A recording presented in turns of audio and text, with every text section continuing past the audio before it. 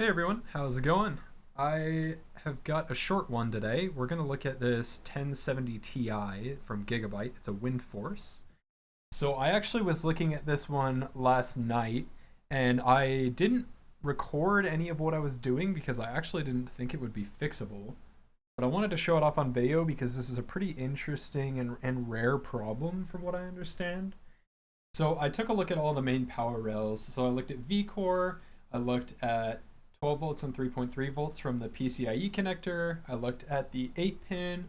I looked at memory over here. I looked at PEX and 1.8 volts. And yeah, so I took a look at everything on the card and I found that PEX, this guy right here, hopefully you can see that, was shorted. It was reading like zero point 0.1, zero point 0.2 ohms.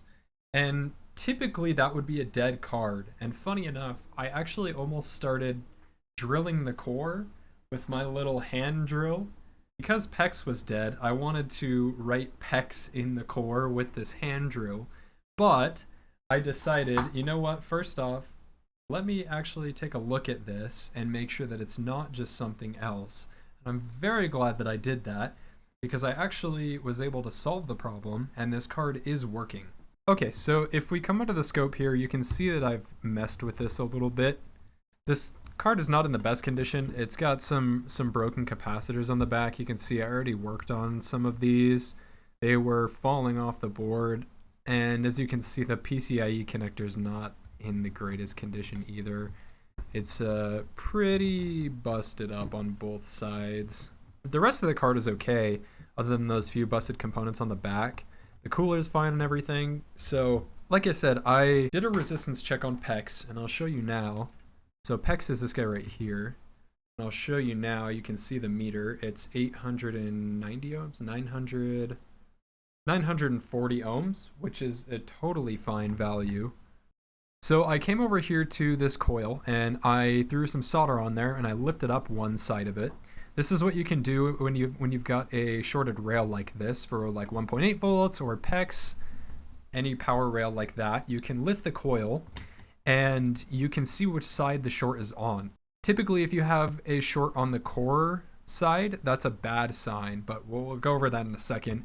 So if you lift this coil, and let's say you had a normal resistance on the core side, and you had 0 ohms or really low ohms on the generation side, then you could look at whatever's generating that voltage rail or the other components that are attached to that rail. Maybe you've got a shorted cap or something like that. That is fairly rare, like I said, but it does happen occasionally. Now, that was not the case with this card. I lifted that coil and I found a normal resistance on this side, and I found that it was shorted on the core side. And that's why I was about to take my little hand drill and write PEX in here, because I figured that core is dead, because it usually is dead. But luckily, what I decided to do instead was inject some voltage. So I did what's not recommended, and I just powered the card on because I figured, you know, PEX short, what do I have to lose? I would not recommend doing that, and I won't do that from here on out, even with a short like PEX or 1.8 volts. It's just never a good idea because there's always the potential that you could have the same problem that I had on this card, and it may be a fixable card, and you might ruin a fixable card by plugging it in like that. So what I would do is either lift this coil and inject voltage, or remove the coil would be a little bit easier. In this case, there's some capacitors right here, so it's probably easier to just lift the coil. So what I would do is lift this side of the coil up, slap a wire onto there, and then you can inject straight into that. And since this is PEX, I would probably inject 0.8 volts. That would probably be a good value. PEX is only 0.9 to 1 volts, so you definitely don't want to exceed like 0.9, but 0.8 should be plenty safe. So like I said, I powered the card on. Again, don't recommend that, but that's just what I did in this case. And I felt on the core. I don't have a thermal camera, at least at the moment. So I went touching around the core. It was getting a little warm, but no area is getting particularly hot. Usually if you have a PEX short in the core, you'll have a specific spot that's getting pretty hot, and that's how you can tell. What I did, there are all these capacitors on the back side, and I have seen people have shorts on them before. It is very rare, but it does happen. So out of all the cards that I've looked at, I figured, well, this might be a good one to check, right? as you can see, there's a missing cap. I removed that, and that's because that was the source of the problem. So I powered the card on, I flipped it over, and I started touching this with my finger just like this. Well, because that cap was dead, it immediately burnt my finger. These caps can get pretty hot, especially these tantalum caps right here in my experience, but I knew that that was way hotter than I had felt on the back of a core before. So what I then did was take some alcohol and spray it on there. I initially did not notice the damage to the capacitor. I'll show a picture of it and you can see the actual damage on that capacitor. So I could have physically seen it, but I didn't see it. So this is how I found it. I sprayed some alcohol on there and then that area started evaporating very quickly. You could use that if you had maybe a partially shorted cap or a dead cap that doesn't look physically damaged as well.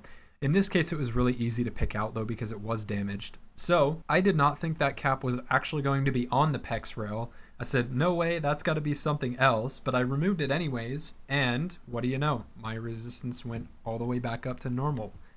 So that was very, very surprising. Like I said, that's a pretty rare thing for that to happen, at least in my experience and in my knowledge. That's extremely rare to have a shorted cap on the back like that.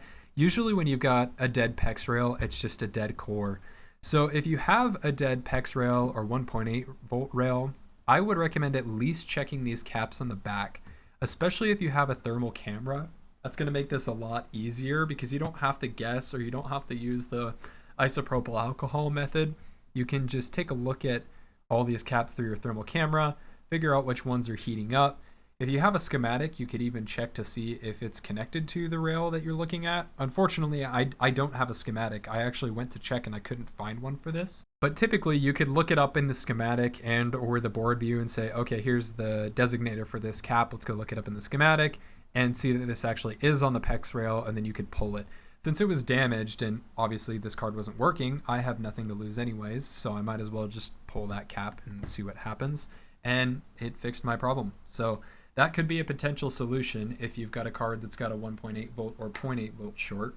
It only takes a minute or two, and then at the least you can say, I checked everything and it is the core.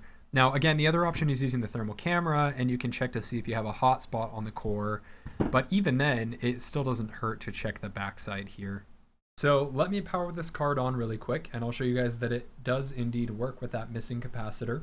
So if we switch over to the capture card here, you will see that we've got no signal at the moment. Let me go ahead and power it on, and I'm only going to leave it on for just a second, but as you'll see, we will hit the BIOS screen right here, and there you go. So as you can see, this card is now working with that cap removed. So to sum this one up, I would highly recommend checking all of those capacitors behind your core if you happen to have something like a PEX short or a 1.8 volt short. Again, you're going to want to lift the coil or just remove the coil entirely, see what side it's on. If it happens to be on the core side, then I would go ahead and inject voltage, just start at 0.8 volts, and then flip the card over. If you have a thermal camera, go for it with the thermal camera. That's going to be even better. If you don't have a thermal camera, do a visual inspection, or if you're willing to maybe burn yourself a little bit, do the finger inspection and see if you can find anything that's abnormally hot. And then you can use the isopropyl method from there. So you just spray it with some isopropyl, watch it, preferably under a microscope, and see what gets hot. If you don't have anything with physical damage, check physical damage first, because that's going to be the easiest sign that you've got something wrong. Then if you happen to find something that looks bad or is heating up a lot more than the components around it, feel free to remove that or check and see if it is even connected to that power rail that you're looking at. And there is a very slight chance that that may solve your problem. Again, I got really lucky in this case. It's not usually the issue, but yeah, this was a fun little one to go over. But yeah, that's a card that I almost killed and is now working. So that's it. Thanks for watching, guys, and I'll see you in the next one. Bye.